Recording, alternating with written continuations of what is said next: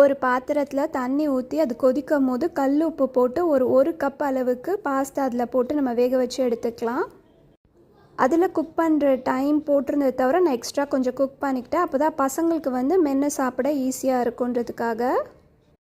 கொஞ்சமாக பச்சை தண்ணி ஊற்றிக்கிட்டேன். இப்போ ஒரு கடாயில் கொஞ்சமாக எண்ணெய் ஊற்றி இஞ்சி பூண்டு ஃப்ரெஷ்ஷாக கிரேட் பண்ணி அதை கொஞ்சம் வதக்கிட்டு, அதுக்கப்புறம் ஒரு மீடியம் சைஸ் வெங்காயம் அதையும் நல்லா வதக்கிட்டு 2 தக்காளியை அந்த மாதிரி அரைச்சி சேர்த்துக்கிட்டேன். அப்புறம் குட்டி குட்டியாக கட் பண்ண கேரட்டு, கொஞ்சமாக மிளகாத்தூள், கரம் மசாலா, உப்பு பார்த்து சேர்த்துக்கணும். ஏன்னா நம்ம ஆல்ரெடி பாஸ்தாவில் போட்டிருக்கோம்.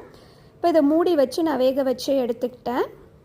வேறு காய்கறி இருந்தாலும் நீங்கள் சேர்த்துக்கலாம். இப்போ நம்ம வேக வச்ச பாஸ்தாவை இதிலோட சேர்த்து நல்லா மிக்ஸ் பண்ணிவிட்டு, ஆரிகானோ என்கிட்ட இருந்துச்சு, அதை நான் கொஞ்சமாக போட்டுக்கிட்டேன். அவ்வளோதான், நம்மளோட சூப்பரான கிட்ஸுக்கு பிடிச்ச பாஸ்தா குயிக்காக பிரேக்ஃபாஸ்ட் ரெடி ஆகிடுச்சு. உங்களுக்கு இந்த ரெசிபி பிடிச்சிருந்தால் லைக் பண்ணுங்கள். இனி நெக்ஸ்ட் ஒரு வீடியோவில் பார்க்கலாம்.